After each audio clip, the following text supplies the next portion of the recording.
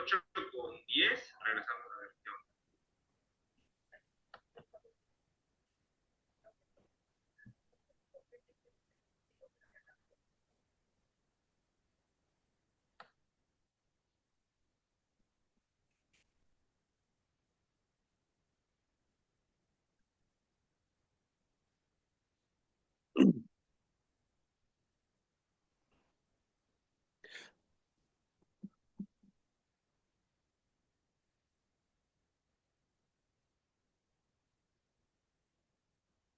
Uno, dos, tres.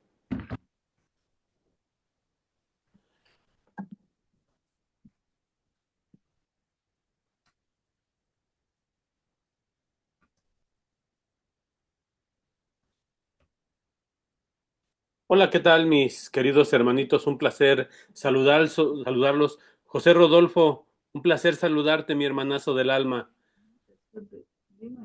¿Qué tal, Isma? A todos, una calurosa, cariñosa bienvenida. Buenas noches, maestro. Hola, hola, mi querido Rodolfo. Que estén pasando una octava de Pascua feliz. Ustedes saben, la octava de Pascua en realidad es como si todavía estuviéramos en el domingo de Pascua, domingo de resurrección. Entonces, todavía estamos a tiempo de que les diga y les desee felices Pascuas, feliz Pascua de resurrección. Eso es lo primero. Lo segundo, agradecerles que se tomen el tiempo de tomar esta clase el día de hoy, que no nos toca. Yo sé que no nos toca, pero también ya nos quedan muy pocas clases y sí me gustaría poder tocar lo más posible de los temas que el manual nos indica, y sobre todo de que hay algunos aspectos teológicos que para mí es muy importante no pasarlos solo por encima, sino dedicarles el tiempo necesario. Entonces, por esa razón, les agradezco infinito que se hayan conectado. Aún así, voy a grabar la clase para que esté disponible para aquellos que no puedan conectarse, la puedan revisar después, o ustedes mismos, si hay algún aspecto que quieran revisar, déjenme ver. Por aquí tengo un chat.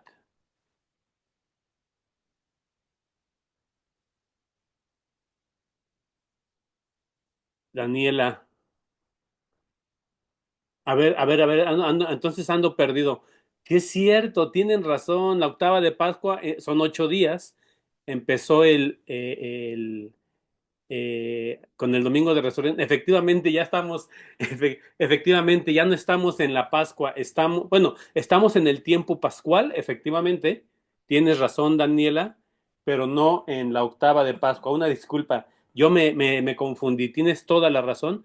Estamos en el tiempo de Pascua, de aquí hasta Pentecostés, y sí, efectivamente, la octava de Pascua ya terminó. Una disculpa. Gracias, hermanita Daniela Nicole. Muy amable. Dios te bendiga. Déjenme.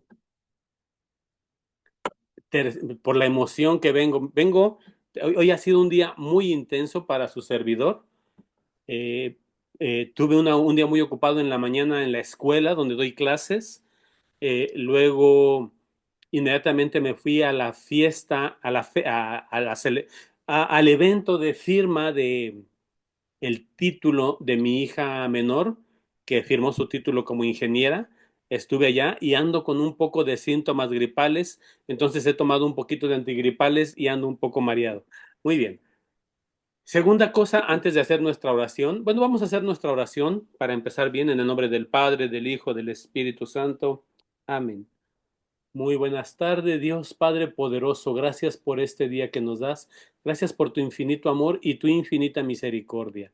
Gracias, mi Señor Jesucristo, porque nos has permitido volver a clases. Y te pido por mis hermanos, envía a ellos tu Espíritu Santo y que sea el Espíritu Santo quien guíe en sus mentes los recursos que yo como instructor ofrezco, pero que sea Él el verdadero maestro en sus corazones y en sus mentes, y yo solo un instrumento, si bien imperfecto, pero deseoso de servir a mi prójimo. Virgen María, nuestra Madre, Madre de mi Señor Jesucristo, ruega a tu Hijo por nosotros. En el nombre del Padre, del Hijo y del Espíritu Santo. Amén. Permítanme admitir a los demás.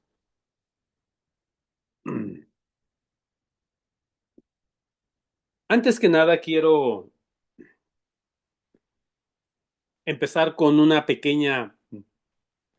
pequeño descargo de culpas. Como ustedes saben, yo soy estudiante de teología, ya terminé mis estudios y estoy en el proceso de titularme como teólogo. Esto hace que a veces, en el afán de querer ser preciso con las expresiones, cuidándome de no utilizar expresiones ambiguas o equívocas o que puedan llevar a mis hermanos al equívoco, me vuelvo demasiado técnico. Entonces, a veces puede ser que queriendo ser correcto sea tan técnico que no se me entienda nada. Les quiero pedir de su apoyo, de su ayuda. Cuando yo diga una expresión que suene complicada, por favor díganme, oye, profe, ¿qué estás queriendo decir? ¿Qué significa esto? Y me pueden corregir en cualquier momento. No solamente corregir, interpelar, me pueden preguntar, cuestionar. Siéntanse en esa libertad. Ese es el comentario que deseo hacerles. Si me pongo demasiado técnico, siéntanse por favor. Es más, les pido ese favor. Pregúntenme, oye, profe, ¿qué quisiste? Oye, Samuel, ¿qué quisiste decir en esto? Oye, Samuel, ¿qué significó aquella palabra? ¿Correcto? Muy bien.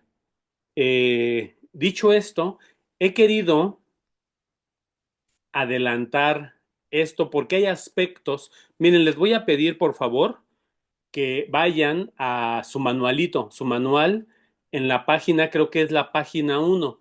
El manual divide la formación en 3 capítulos y la última es la dimensión teológica. Una pregunta, ¿la alcanzan a ver? ¿Se ve? Sí, sí, maestro. Bueno, yo he estado dedicando bastante tiempo a las narrativas, a las 5 secciones o a la visión capítulo por capítulo de cómo avanza. Estoy en la narrativa número 4.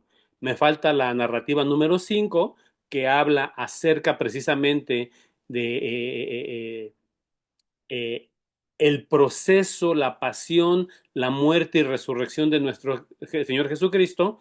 Y por último, el capítulo 6, perdón, el epílogo, no es capítulo 6, el epílogo, que habla los temas relacionados a la escatología, es decir, al final, a la predicación por todo el mundo del Evangelio de Cristo y al fin de los tiempos.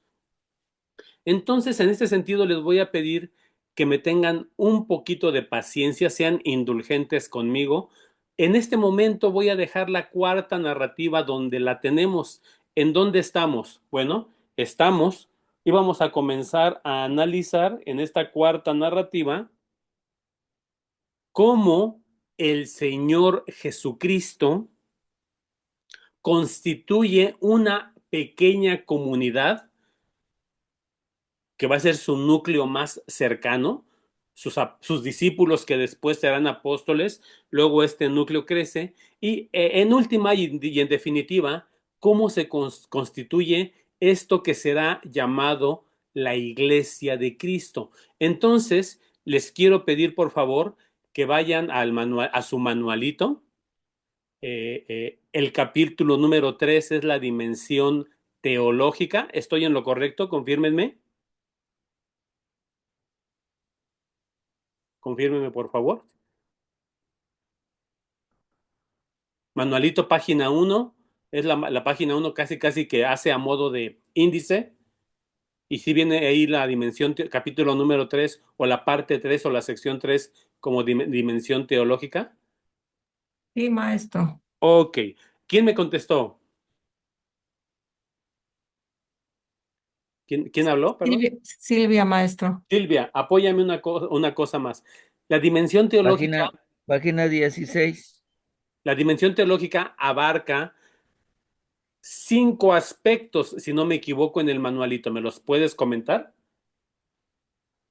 Bueno, En la página 1, en la Ano página... akhirnya tinggal en di la pantai página kemudian 1 sí, es la masih ada cristología. program. Número 2, eclesiología. Bueno, Número número 3, 1, cristología. Permítanme un segundo, tengo que arreglar un temita de audio que está por aquí metiéndosenos un poquito de ruido. Participantes. Ok, ya está todo en orden. Continuamos, Silvia. La primera es la dimensión cristológica, ¿correcto? sí. La La que segunda, eclesiología, la eclesiología. La siguiente, teología de la historia, la teología de la historia, ¿correcto? Y faltan otras 2 ceros, si no me equivoco. la moral La moral y la escatología. y la escatología o la dimensión escatológica. Bueno, Sí. en este sentido, voy a brincar en el Evangelio de San Mateo a estas dimensiones, a la dimensión teológica, porque no quiero que se me termine el curso sin haberlas visto. El manual las pasa muy por encimita. Yo no quiero que me suceda eso. Entonces voy a suspender al menos hasta este momento la narrativa cuarta, me faltó la quinta y el epílogo. La narrativa cuarta justo se queda donde íbamos a comenzar, la eclesiología, la elección primero de Mateo y después cómo San Mateo, perdón, no Mateo, la elección de Simón Pedro como piedra de la iglesia de Cristo, primero, y segundo, cómo el Evangelio de Mateo retrata a este grupo de personas que tiene una dimensión humana, pero también una dimensión espiritual y mística, que se va a llamar la Iglesia de Cristo. ¿Les parece bien? ¿No tienen inconveniente que ponga en pausa las narrativas y que me vaya directo a la dimensión teológica? De acuerdo, maestro. Muy bien, les agradezco mucho. Ok, vamos entonces a comenzar con la dimensión teológica o lo que sería la teología en San Mateo. Recordemos algo, teología es el estudio de la persona de Dios.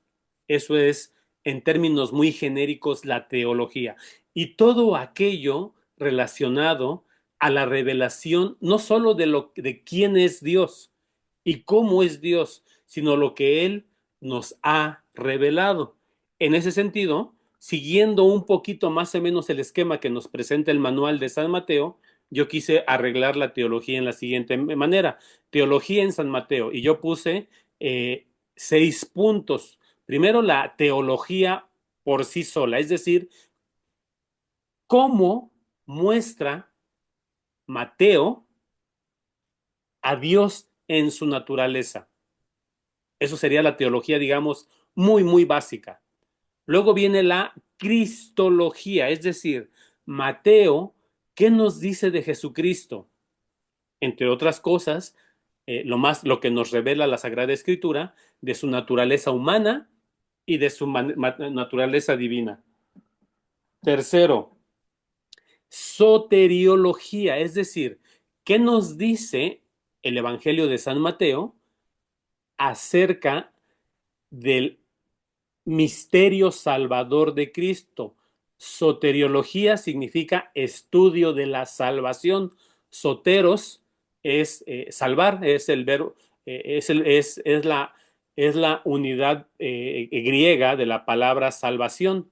Entonces, la soterología nos habla de cómo San Mateo, o la soterología en San Mateo, de cómo San Mateo nos expresa el acto salvador de Cristo. Luego viene la escatología. Escatología. ¿Qué cosa es la escatología? La palabra escatología viene de dos raíces. La palabra esjatón, que significa lo último, y la palabra logosología, que significa el estudio, el tratado, el conocimiento. Escatología significa el estudio de lo último. ¿A qué se refiere? A lo que nosotros conocemos como las postrímeras. la muerte, el juicio, el cielo, el infierno, la salvación, cómo será, cómo Dios, cómo Jesucristo nos revela la parte final de su plan de salvación para todo el ser humano, pero no solo para el ser humano, sino para la creación entera. Esa es la escatología. Luego viene la eclesiología, es decir, cómo visualiza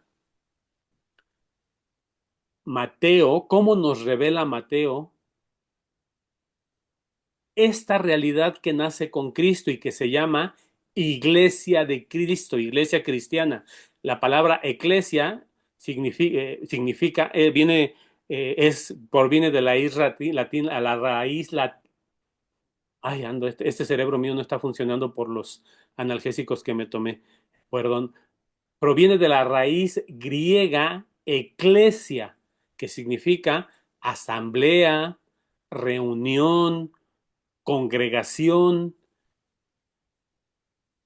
Entonces, la eclesiología es cómo Mateo nos retrata este grupo que nace con Cristo y que es su iglesia. Y por último, el tema de la moral, cómo se ve la moral en Mateo, en Cristo, cómo la moral cambia. Si notan, yo dividí la dimensión teológica un poquitito diferente a como lo divide el manualito del Instituto Bíblico. De hecho, yo fui el que escogió el manual del Instituto Bíblico para ustedes. Hay otros tres y sentí que ese era el mejorcito, pero creo que necesita correcciones que le sugeriré al padre director que las podamos hacer. Muy bien. ¿Hasta aquí alguna duda, pregunta, comentario, mis hermanitos? Siéntense libres de interrumpirme. ¿Todo bien? Podemos decir que... Adelante, adelante, venga. Maestro, la cristología, ¿eso qué es? No la entendí. Excelente pregunta, Angie. En la cristología se estudia todo aquello relacionado al misterio del Señor Jesucristo en su naturaleza humana y su naturaleza divina. Es decir, cómo es que en Cristo, eh, eh, por una parte, sufre, padece de las vicisitudes normales de un ser humano, tiene necesidades físicas como comer, como llora, sangra, pero por otro lado tiene su naturaleza divina, en la cual es Dios y como Dios hace milagros, como Dios perdona pecados, etcétera, etcétera, etcétera. Entonces, nosotros en esta parte vemos cómo Mateo nos presenta esta doble naturaleza de Cristo en una sola persona, naturaleza divina, naturaleza humana, en una sola persona que es nuestro Señor Jesucristo. Esa es la cristología. Si ustedes algún día deciden estudiar teología, estudiarán estas materias, pues quizás en un periodo de unos 4 o 5 años, dependiendo de la escuela. En el Instituto de Ciencias Teológicas se estudia más o menos en 4 años, más o menos, para laicos. Evidentemente, la formación para sacerdotes es bastante más exigente. Muy bien. Ahora, de estas dimensiones teológicas o de estas secciones teológicas, yo decidí empezar con una que creo yo que es una de las más descuidadas y que es sumamente importante y que en Mateo es fuerte y muy rica. Es la eclesiología. Voy a empezar por ahí, no voy a seguir el orden. ¿Y por qué decido hacerlo así? Bueno, porque la parte de la soteriología, espero que sí me dé tiempo de revisarla, pero ya la revisamos, la han revisado mucho en Semana Santa, la parte de cristología bastante también. En cambio, la parte de escatología y eclesiología se revisa muy poco en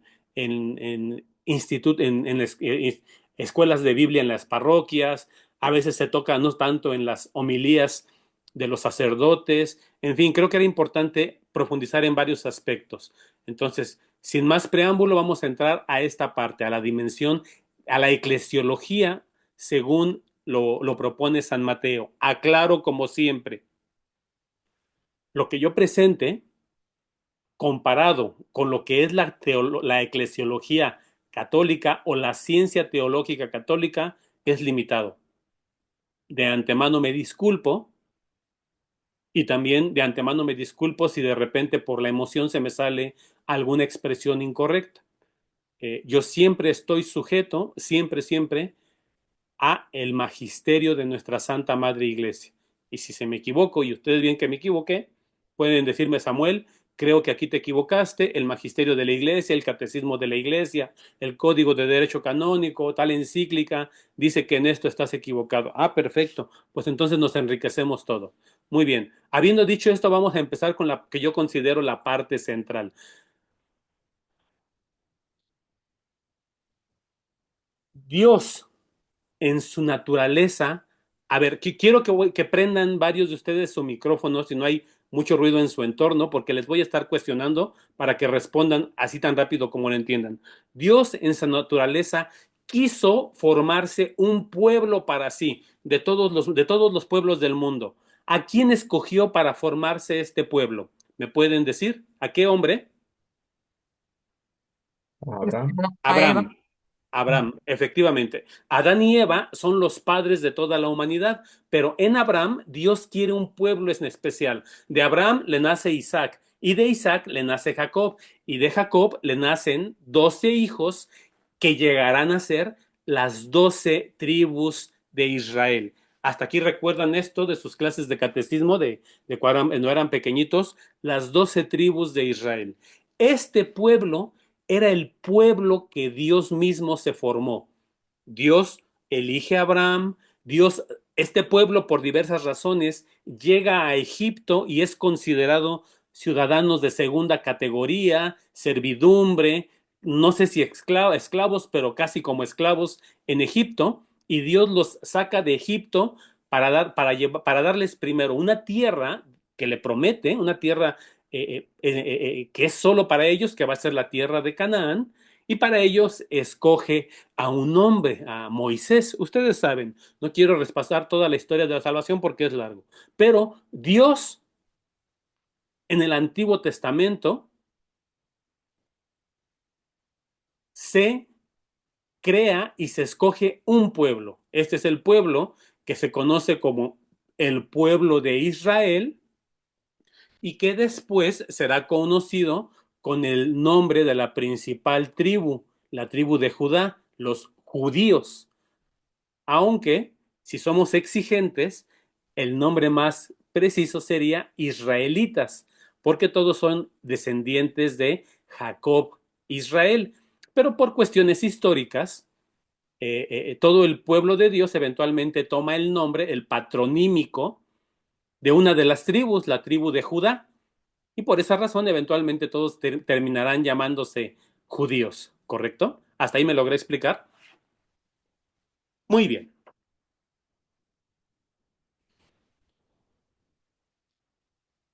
Tengan en mente algo. En el Antiguo Testamento, la naturaleza de Dios no está muy clara.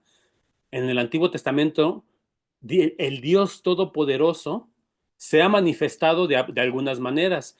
Yo soy el que soy, ha dicho su nombre sagrado, Yahvé, e incluso hay por ahí pequeñas figuras que dejan ver que es como una trinidad, pero no es muy claro, no es muy específico. En el Nuevo Testamento, Dios se manifiesta en su naturaleza como Padre, Hijo y Espíritu Santo. Acuérdense, Nuevo Testamento, plenitud. Antiguo Testamento, las sombras, el pretipo, lo que está todavía como no muy claro. Bueno, Dios se había escogido a un pueblo y de este pueblo escogió a unos hombres para que administraran al pueblo de Dios. Y puedo decir entre ellos dos personas, el rey y el sacerdote, los sacerdotes. El rey tiene que ser un rey descendiente de la tribu de David. Y los sacerdotes, que es una casta que proviene de una de las 12 tribus, la tribu de Leví, de la familia de Aarón, y todos estos van a ser los administradores de los bienes sagrados del pueblo de Israel. Pero sucede que esta autoridad puesta por Dios, el rey y los sacerdotes, continuamente se corrompen y corrompen al pueblo. Y por esa razón Dios manda a los profetas. Y usualmente los profetas critican duramente tanto al rey como a los sacerdotes, a la casta sacerdotal. Les dicen que son corruptos, que no se preocupan por el bien del pueblo, que no les se preocupan por enseñarle al pueblo, etcétera, etcétera, etcétera. En esta situación estamos cuando llega nuestro Señor Jesucristo para tiempos de, no solamente contentos tanto el rey como los sacerdotes con desobedecer a Dios, desobedecen a los profetas que Dios manda, no solo los desobedecen, los matan. Los profetas de Dios usualmente sufren el desprecio, maltrato y a veces muerte de las autoridades del pueblo de Dios. Profetas como Ageo, Oseas, Jonás, el profeta más grande del pueblo de Dios, el profeta Eliseo, el profeta que tiene el libro más grande, el profeta Isaías, perdón, etcétera. Para tiempo de nuestro Señor Jesucristo, ¿ustedes recuerdan hacia quién eran cuando nuestro Señor Jesucristo hablaba y corregía y demandaba? ¿Hacia quién eran sus críticas más fuertes de nuestro Señor Jesucristo? ¿Lo recuerdan? ¿Hacia las prostitutas? ¿Hacia los Hacia los judíos, a ¿Los los fariseos? fariseos. hacia los fariseos? No solo los fariseos, a los escribas, a los levitas, es decir, a toda esta casta sacerdotal, a todos aquellos que trabajan y sirven en el templo como trabajadores, en particular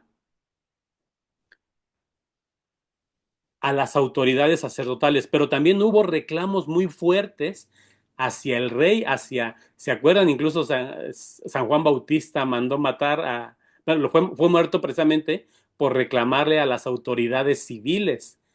¿Recuerdan eso? ¿Se acuerdan por qué murió San Juan Bautista? ¿Sí? Lo mataron. ¿Pero por qué? Sí, claro, ¿pero por qué? Se los dejo de tarea. Por la hija de la reina. Por la Ah, hija de... Porque, que porque, porque el rey vivía con la mujer de su hermano. Muy bien. Bueno, nuestro Señor Jesucristo llega a un momento en el que al enfrentarse abierta y francamente con las autoridades judías, les hace saber que esta autoridad que habían recibido de Dios, de ser las autoridades del pueblo de Dios, los maestros del pueblo de Dios, los administradores de las cosas sagradas de Dios, los oficiantes del templo, etcétera, etcétera, etcétera, les va a ser quitado y les va a ser entregado a otros. Les voy a pedir por favor que alguien me ayude buscando en su Biblia el capítulo 21 de San Mateo, capítulo 21 de San Mateo. Vamos a leerlos, quien lo tenga listo desde el versículo 33 al versículo 46. Quien lo tenga me ayuda para leer y los voy a ir interrumpiendo. Aquí la narración nos habla acerca de la comparación o el relato de los viñadores. Como este video lo voy a subir a YouTube, no puedo usar una palabra que es muy fuerte, pero está escrita ahí en mi imagen, un poquito disimulada. ¿La pueden ver? Como el video lo subo como contenido apto para menores, no puedo Sí. pronunciar esta palabra en YouTube porque me bloquean el video. Pero quien lo encuentre, me avisa, por favor. Mateo 21, capítulo 21, versículo 33. yo, maestro, Adelante, Angie, por favor. al oír esto, Habla, Señor, que tu ajá, siervo escucha. Habla, Señor, que tu siervo te escucha. Al oír esto, la gente se maravillaba de su doctrina. El mandamiento principal, más A ver, los fariseos. permítanme. A ver, permítanme. El mandamiento principal, Ajá. permítanme, quizás me equivoqué. Mateo. No, yo me equivoqué, maestro. ¿Ah, sí? Sí, yo fui la que me Ah, equivoqué. ok, ok. Me estaba yendo al 22. Parábola de las viñas homicidas. Escuchar otra parábola.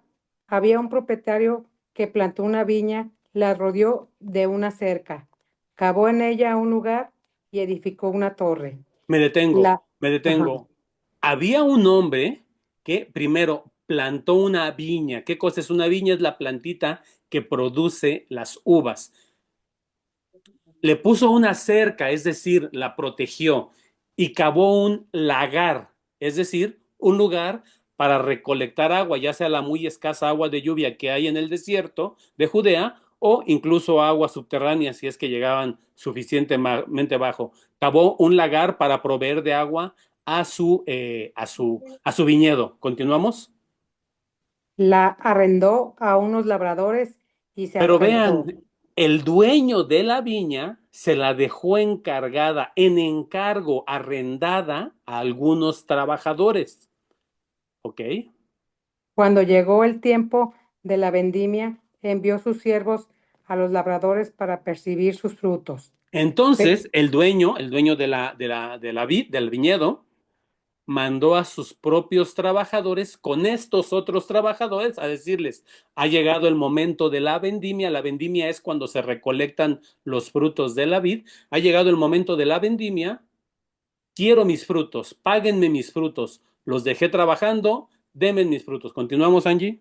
Pero los labradores agarraron a los siervos y a uno lo golpearon, y a otro lo mataron y a otro lo apedrearon. Vean, los enviados del dueño de la vid fueron maltratados por los trabajadores que estaban en la vid. Algunos los golpearon, a otros los maltrataron y a otros incluso los desvivieron. ¿Ok? Continuemos. Envió después a otros siervos en mayor número que los Entonces, primeros. el dueño de la vid, no, pues dijo, pues voy a mandar a más gente. Seguramente entre más mande, si mando más, ahí sí ya no tendrán la desvergüenza de no pagarme y además los respetarán, ¿ok? Pero los trataron de la misma manera. Finalmente les envió a su hijo pensando, a mi hijo lo respetarán. Pero los labradores, al ver al hijo, se dijeron entre sí, este es el heredero, vamos, matémoslo y quedémonos con su herencia. Me detengo un momento. El dueño del viñedo, el dueño de la vid, al final manda al hijo, diciendo, al hijo lo respetarán. Sin embargo, estos trabajadores deshonestos, ladrones, incluso matan, bueno, desviven al hijo. Creo que para ustedes no es ningún secreto de quién se está hablando. Primer pregunta que les hago. ¿Quién es el dueño del viñedo? Dios. El padre, efectivamente, Dios Padre. ¿Quién es, quién es el viñedo? ¿Quién es la vid? El pueblo de Dios. Ay, ¿Quiénes son estos trabajadores encargados de cuidarla, de dar fruto, de protegerla, de enseñarla? ¿Quiénes? Las autoridades civiles y religiosas del pueblo de Dios. El rey y los sacerdotes, los escribas, tanto fariseos como los saduceos. ¿Quiénes son estos encargados que fueron que fueron maltratados cuando fueron a cobrar? los profetas, Los profetas del no, Antiguo Testamento, que a ninguno le hicieron caso. ¿Y quién es el Hijo? Jesús. El Señor Jesucristo, efectivamente. Continuamos, por favor. Y agarrándolo, lo echaron fuera de la viña y lo mataron. Cuando vengan pues el dueño de la viña, ¿qué hará con aquellos labradores? Le respondieron, dará una muerte miserable a esos miserables y arrendará la viña a otros labradores que le entreguen. Vean esta parte aquí. Pongan cuidado. El Señor Jesucristo está diciendo algo que a los oídos de las autoridades de aquel tiempo era fuerte. Les está diciendo, a ustedes se les va a quitar la viña y se les va a entregar a otros trabajadores. Es decir, va a haber un cambio de administración. En esta viña, en este pueblo de Dios, va a haber un cambio de administración. ¿Hasta ahí todo bien? Continuemos. Sí, que le dice, y le rendarán la viña a otros labradores que le entreguen los frutos a su tiempo. Jesús les dijo, ¿no habéis leído nunca, no habías leído nunca en las Escrituras la piedra que los contenedores desecharon en piedra angular se han convertido? Fue el Señor quien hizo esto y es maravilloso a nuestros ojos. Por eso os digo, que se quitará el reino de Dios para dárselo a un pueblo que dé sus frutos. Vean esto, esta parte es sumamente reveladora. El Señor les dice abiertamente, a ustedes les será quitado el reino de Dios y les será dado a otros que den su fruto a tiempo. Es decir, el Señor Jesucristo está hablando acerca de esta primera alianza con estos primeros administradores que fueron, con este primer pueblo de Dios que fueron infieles, y le va a ser dado esto a un nuevo, a una nueva vid con nuevos trabajadores. ¿Continuamos? Y el que se cayere sobre esta piedra se destrozará, y aquel sobre quien cayere quedará aplastado. Los sumos sacerdotes y los fariseos, al oír sus parábolas, comprendieron que estaban refiriéndose a ellos. Aquí me detengo, esta parte es vital. Los sumos sacerdotes, ¿y quién más? Y los fariseos. Los sumos sacerdotes y los fariseos, el Señor Jesucristo lo dice, se dieron cuenta que hablaba de ellos. Evidentemente esto fue un shock, un insulto para esas autoridades religiosas de ese tiempo, de administradores infieles, porque les dijo, todo, no importa su sacerdocio, no importa que sean descendientes de la tribu de Leví, no importa que sean descendientes de Aarón, son trabajadores infieles y esto será pasado a otro pueblo. ¿Continuamos, Angie? Y trataron de detenerle, pero Es aquí. tuvieron, Perdón, adelante. pero tuvieron miedo a la gente porque lo tenían por profeta. Palabra de Dios. Te Palabra de alabamos, Dios, te Señor. alabamos, Señor. En esta parábola el Señor Jesucristo es muy claro diciendo, va a cambiar la administración en el pueblo de Dios. Este es de las primeras veces donde el Señor Jesucristo es más claro diciendo acerca de las nuevas autoridades de su pueblo. El Señor Jesucristo también nos empieza a hablar de esta nueva administración, de este cambio en el reino. De hecho, el Señor Jesucristo primero empieza diciendo, ustedes pueden ver en el Evangelio de San Mateo capítulo 4 y lo repite en Mateo capítulo 12, el Señor Jesucristo dice, el reino ha llegado. Perdón, en Mateo 4 dice, el reino está cerca. También dice, el reino ha llegado.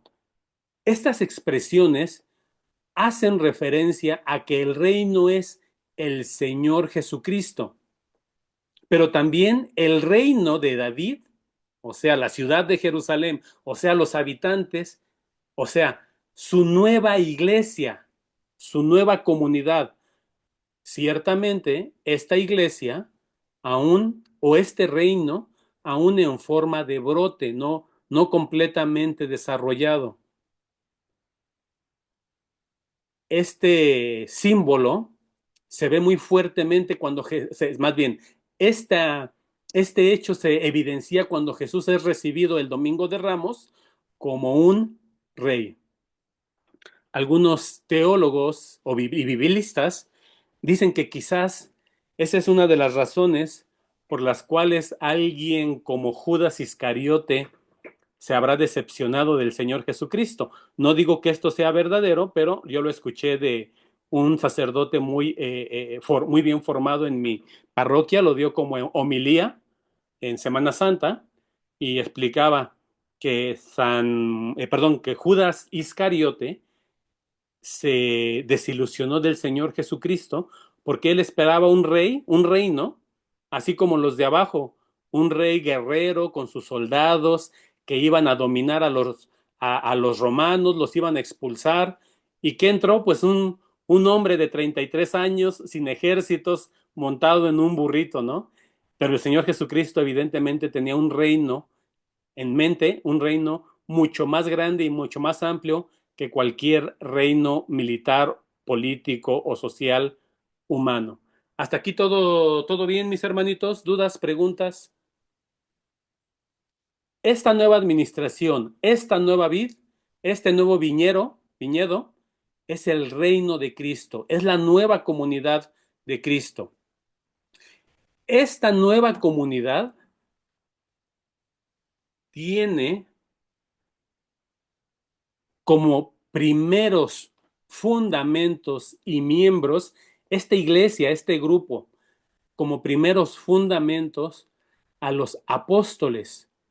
En el Evangelio de San Mateo, capítulo 10, versículos del 1 al 8, vemos dos aspectos.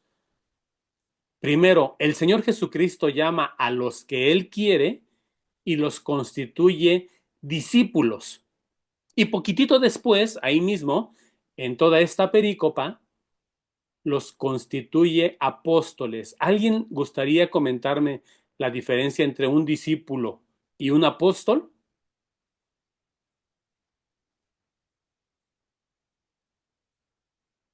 ¿Alguien que se anime? Bueno, es fácil. El discípulo es aquel que está aprendiendo. El apóstol ¿Es el enviado? es aquel que ya aprendió y que ahora es enviado a enseñar, a cumplir una misión.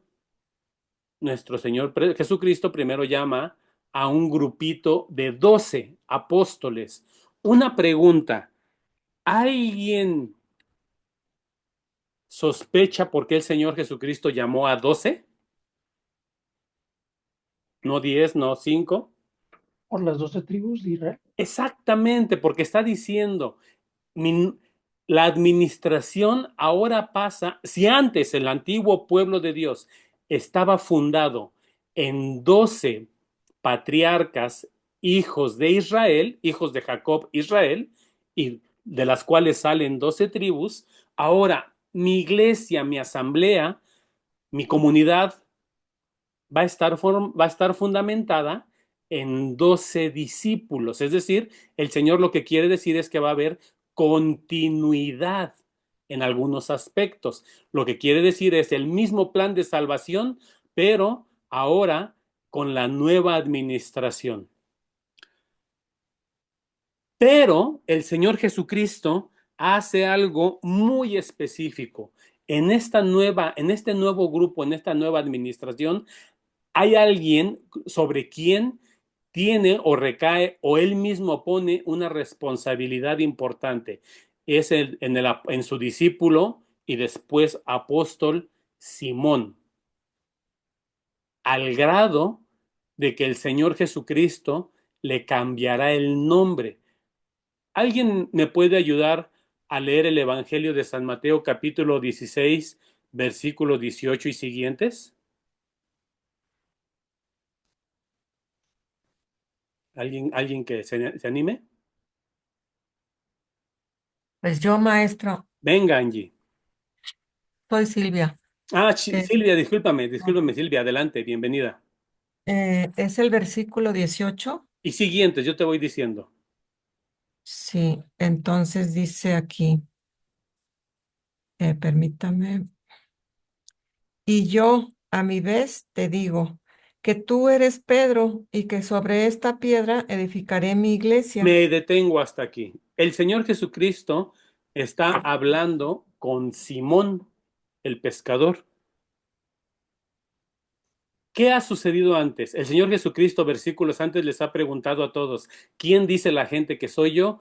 Y los discípulos en general responden, unos dicen que eres Elías, otro que algún profeta, otro que Juan Bautista, y el Señor Jesús les dice en específico, ¿y ustedes quién dicen que soy yo? Y el que responde, adivinen quién fue, Simón, Pedro. Simón, todavía no se llama Pedro hasta este momento. Simón le dice, tú eres el Hijo de Dios, del Dios vivo. Y el Señor Jesucristo hace una declaración impresionante, le dice, bienaventurado eres Simón, hijo de Jonás, porque esto que me estás diciendo, que yo soy el Hijo del Dios vivo, no te lo ha revelado ni la carne ni la sangre, es decir, no lo oíste de alguna persona, nadie te lo comentó, sino que te fue revelado por Dios. Es decir, el Padre a Simón le ha dado una revelación que le hace reconocer a Jesucristo como el único Hijo de Dios. Y entonces el Señor Jesús refuerza y le dice, ahora yo te digo que tú eres Pedro, que en el idioma del Señor Jesucristo fue Kefa o Kefas, y sobre esta Kefas voy a edificar mi iglesia. Es decir, el Señor Jesucristo a Pedro le está diciendo, tú eres el fundamento de mis discípulos como apóstol de mi iglesia. Es interesante porque la misma Biblia dice que la piedra angular, adivinen quién es, Cristo. La Biblia dice que la piedra angular es Cristo. Y el Señor Jesucristo le dice a Pedro, tú eres, sobre tú que eres piedra, voy a edificar mi iglesia. Le está diciendo, tú me vas a representar como piedra. Yo soy la piedra angular y tú eres la piedra sobre la que fundaré mi iglesia. ¿Dudas, preguntas? Si ustedes unen la parábola de los viñadores criminales con esta parte donde el Señor Jesucristo le dice a Pedro y a sus discípulos que ellos tendrán la autoridad en la nueva administración del pueblo de Dios, se cumple lo que el Señor dice de que ahora este grupo de él va a tener la autoridad. Hasta aquí dudas o preguntas. Pude avanzar muy poco, yo deseaba acabar toda la eclesiología hoy, pero avanzamos un poquito. Me gustaría dar 2 minutos para dudas y preguntas, hermanitos.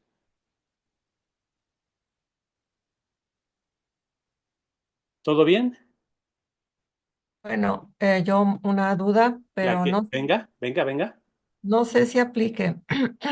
Usted lo ha explicado muy bien, pero no sé si aplique a estos tiempos actuales en donde dice pues que los labradores se han portado mal, que son los administradores.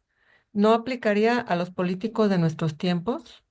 Bueno, yo creo que, como les he explicado antes, la palabra de Dios no es unívoca, es decir, no tiene un solo significado. Si bien para la interpretación definitiva de los textos tenemos que basarnos en la interpretación de nuestra Santa Madre la Iglesia y las legítimas autoridades que son los sucesores de los apóstoles que Cristo mismo dejó, sí podemos hacer un poco de interpretación y sí podemos pensar